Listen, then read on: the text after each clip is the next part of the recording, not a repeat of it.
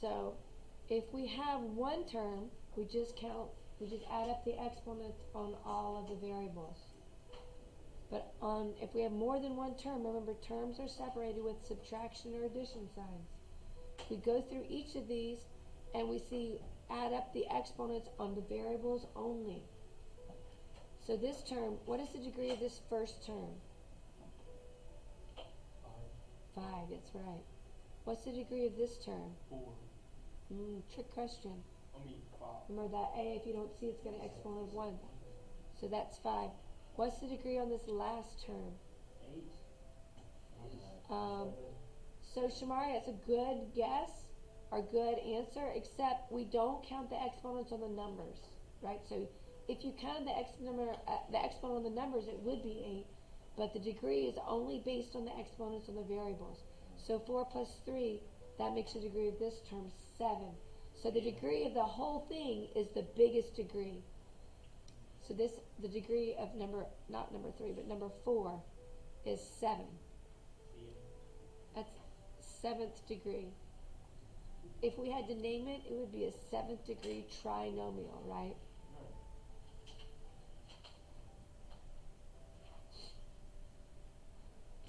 All right, so let's pick one of these, 5 through 8. Let's pick one of these, 5 through 8. 6. I heard more than one 6. So 6 it is, and 6 is a good one because this is a tricky one. First, you have to simplify, and this one's a hard one because this minus here has to go through everything. So we have to rewrite this. This first one stays the same, and then it's minus positive y squared. So that's minus y squared. Then it's minus negative 4. Well, minus negative 4, or 4y, is actually plus 4y. Then it's minus 5.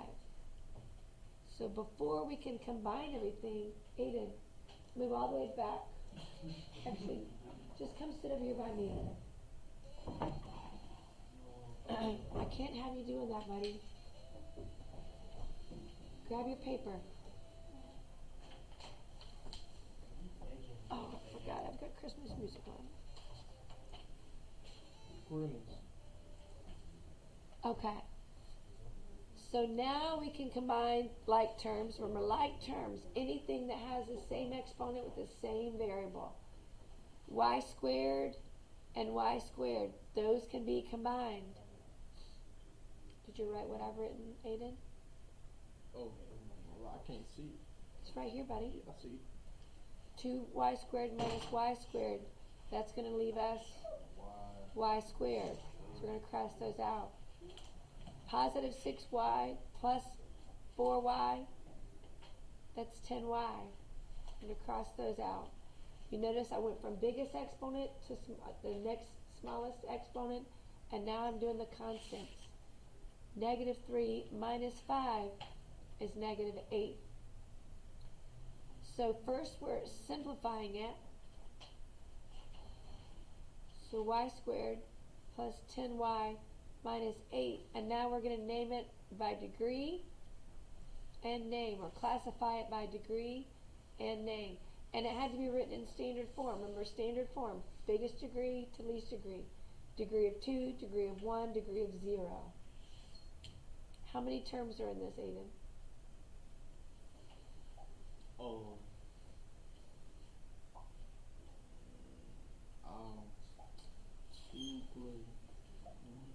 DePaul? 3. Yeah, the terms are separated by addition and subtraction, right? So these two are separated, these two are separated. So it's a 3-term polynomial. We call that a trinomial.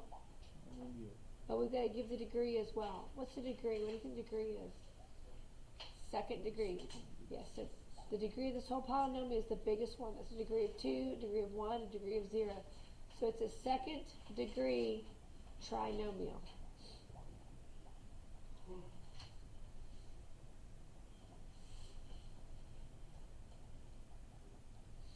Shall we do the word problem together? Okay. The perimeter of a triangle is, remember what perimeter means. So this is my triangle. If this was 2, this was 3, this was 4. the perimeter of this triangle equals 2 plus 3 plus 4. You just add up all the sides, right? So the perimeter of this triangle is 9. This is not the triangle we're working with, though. The triangle we're working with has a perimeter of 18b plus 7. So our triangle, it tells us, get this off my words here. It tells us that the perimeter of our triangle is 18b plus 7. So I should know that if I add the sides of my triangle, so I'm going to draw another triangle, this side plus this side plus this side equals a perimeter. Well, they're telling me the length of two sides. One is 5b, one is 2b plus 9. Now I need to know what is that side measure. So what is the length of the third side? If I told you that the perimeter of this triangle is 9, but I didn't tell you that, how could you find that side measure? Multiply. Not multiply. Divide. We add 3 and 7, right? And then subtract them from 9, right? So if we know that this plus this equals 9, but we don't know what this one is, then we take 4 and 3 and we add it and subtract it from 9. So 9 minus 7 means that this side would be 2. Well, we're going to do the same thing here. We're going to add these together and subtract it from the perimeter. So 5b plus 2b plus 9 equals, what does 5b plus 2b plus 9 equal? Gain combined. You can combine two of the terms. What is it going to be? 7b plus 9. That's right. So now we're going to take this and we're going to subtract it from the perimeter. So it's 18b plus 7. My butt hurt. We've captured that for posterity on the video, Aiden. Are you okay? Yeah, this chair like very nice. All right. Well, you can go sit back in your chair, but just make sure you're staying on time. Okay? All right. So now we have 18b plus 7 minus 7b and minus positive 9, minus 9. So now we combine 18b minus 7b. That's, you're right, 11b. And then 7 minus 9. Very good. So the length of the third side is 11b minus 2. Wasim, are you working on your review worksheet?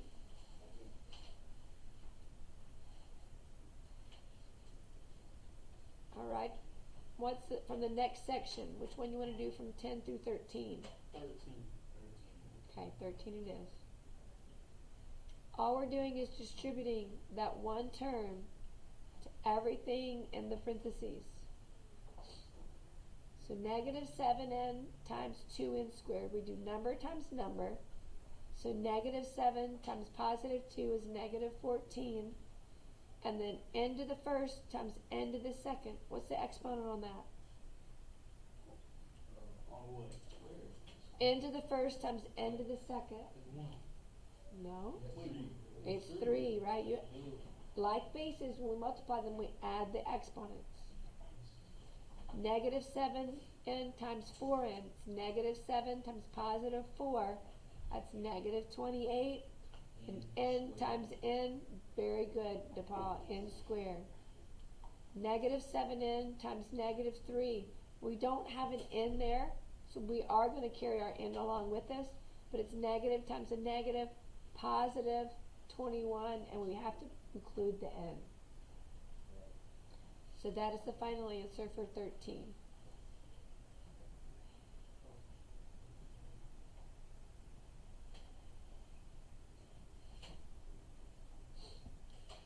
All right, the next section. How many do we have? That one. Yeah. So which one do you want to do, 14 or 15? Which one you want to do? 14? Okay. So this is where we find our greatest common factor first. So So what is the greatest numerical factor? So what's the greatest factor of 8 and 20? Sorry? 4. And since one of these is negative, even though I know technically it's not the greatest, we're going to use the negative. So we're going to pull a negative 4 out.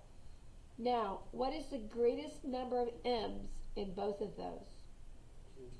Very good. This has 5, this has 2. So the greatest common factor has got to be the smallest one of those, right? So m squared. What's the greatest number of n's in each term? Cubed. Good. N to the third. So now, if we're factoring, if they said what is the greatest common factor, we'd be done. But since they're asking us to factor, now we take that greatest common factor and put it on the outside of some parentheses. We've got 2 terms, so we're putting our minus in there for 2 terms. All right?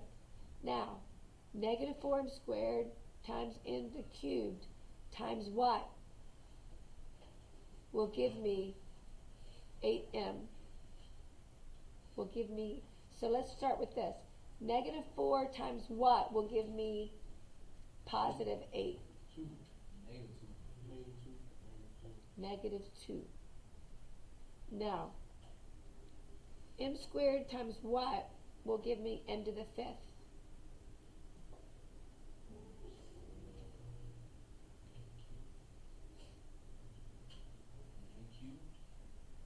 M cubed.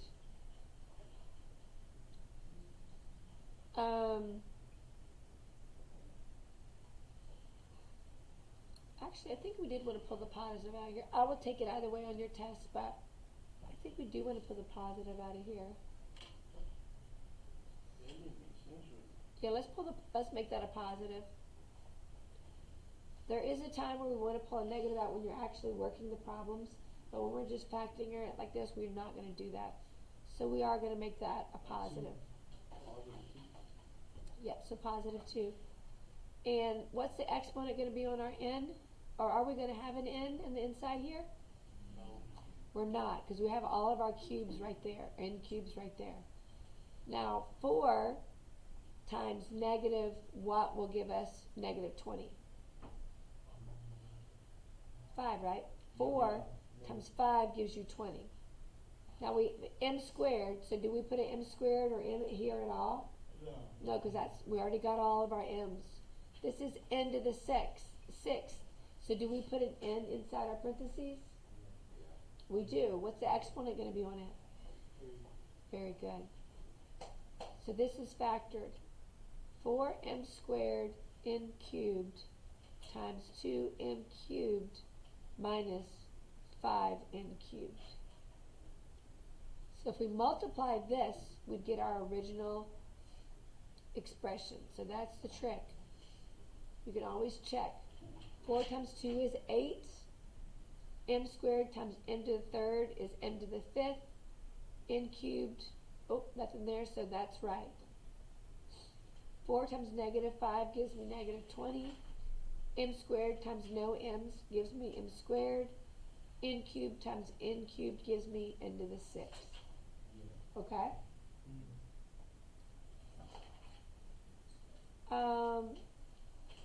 Which one you want to do? 16, 17, or 18? 17? 17 it is. A rectangle has a length of 3x plus 3 and a width of 4x plus 2. It's always good to draw a picture. You might not need it all the time. Length of 3x plus 3, a width of 4x plus 2. It says, what is the area of the rectangle? You got to remember the formula is length times width. So we're just going to take the length of 3x plus 3 and multiply it by the width of 4x plus 2. We're not going to have a constant. We're not going to have an actual length. We're going to have an expression that represents the length. So now we've got to remember 3x times 4x, that is 12x squared. 3x times 2 is 6x. 3 times 4x is 12x. and 3 times 2 is 6. So we've done all the multiplying. Is there anything we can combine? Yeah. What can we combine? The 6 and the 12. Good, 6x and 12x. So my answer to 17, 12x squared plus 18x Oh, plus 6, right? 6 plus 12 is 18. my bad. Any questions? These are the shortcuts. Wait, If you can't remember how to do it with the shortcut, you can do it the long way. can you barrel good? Go back. Yes, real fast. Alright, good. We learned the shortcut for 19 and 20. Shortcut, this would be a perfect square trinomial. Square the first term, double the product of the terms, and square the last term. So square the first term and squared. Multiply them 3 times n and double it. That means times 2 plus 6n. Square the last term. I'm not doing that one for you. If you get on the test and you can't remember it, you can write it and do it the long way. Okay?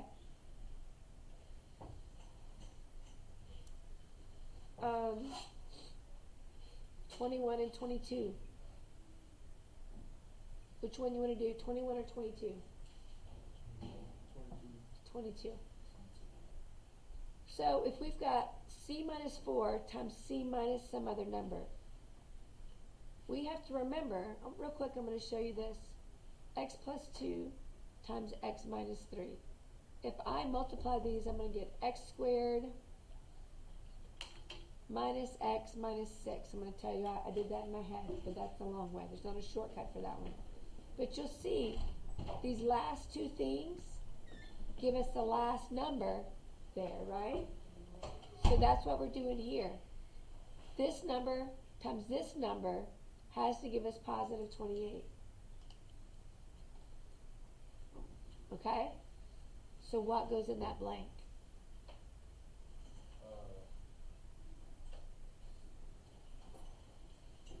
Negative 4 times negative what gives me positive 28?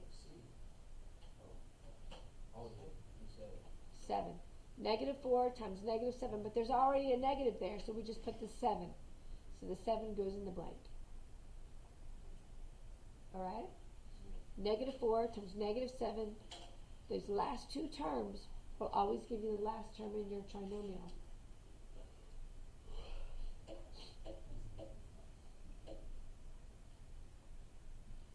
These are the difference of squares special product. Which one you want to do, 23 or 24? 24. So if there are two identical binomials, except one's addition and one's subtraction, we know we're going to have a binomial answer. It's going to be something minus something. It's always the first term squared, so 3 squared, t squared, so it's going to be 9t to the 4th. It's always minus the last thing squared. 8 squared is 64. That is the shortcut for those. Now, if you forget how to do it, you can do it the long way. The long way is just use the distributive property. I don't care which way you do it. I'd like for you to learn the shortcut, but if you forget, you can do the long way. Okay?